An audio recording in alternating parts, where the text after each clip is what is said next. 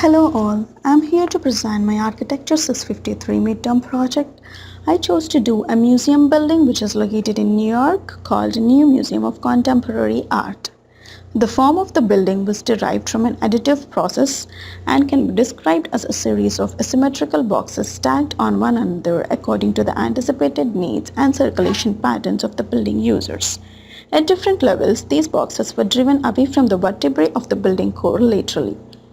As you can see in the pictures here, the distinctive form of the building was designed as a solution to the fundamental challenges of an overcrowded site. The shifted box approach gives wider internal spaces and have different heights at different levels. Proceeding to the mass modeling of the structure. For the mass modeling of the structure, horizontal reference planes were created at varied spacing equal to the height of each box.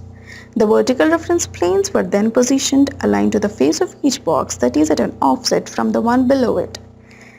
This allows the blocks to stay in place without moving disproportionately from one another when varied parametrically. The subsequent process is pretty straightforward, that is to sketch the footprints of the boxes at each level and create an extrusion. I have assigned few parametric features to the model. In relation to the characteristic of the form, appropriate way to parameterize was to vary the size of each block with respect to the block size below it. Thus, the length and width of each block is parametrically related with one another, and all boxes vary in their size with respect to the base block.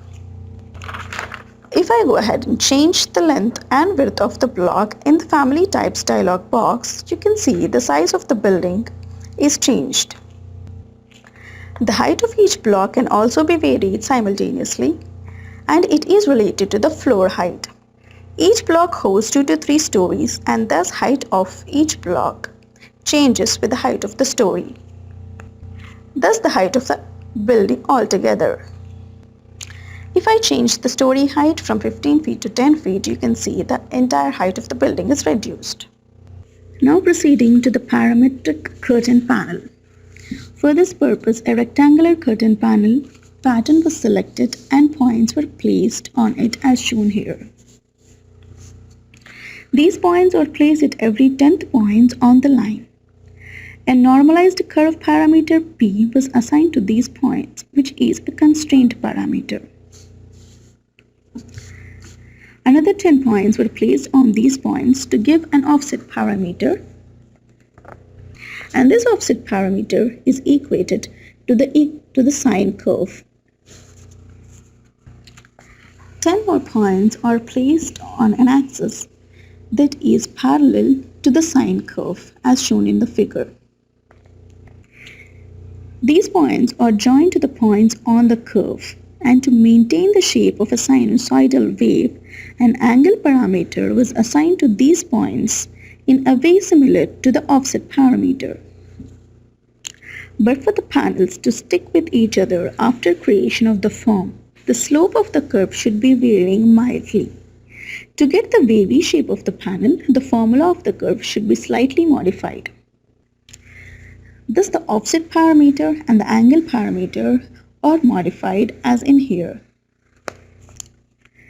These equations will give us our curtain panel shape.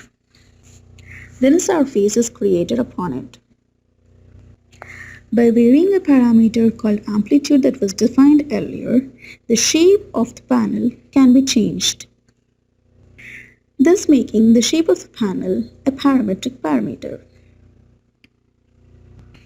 This is the model of the mass with curtain panels on it. Now let's go ahead and have a look at the renderings.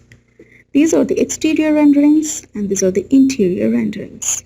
The interior renderings include the coffee lounge and a lobby. Thanks for listening. Have a nice day.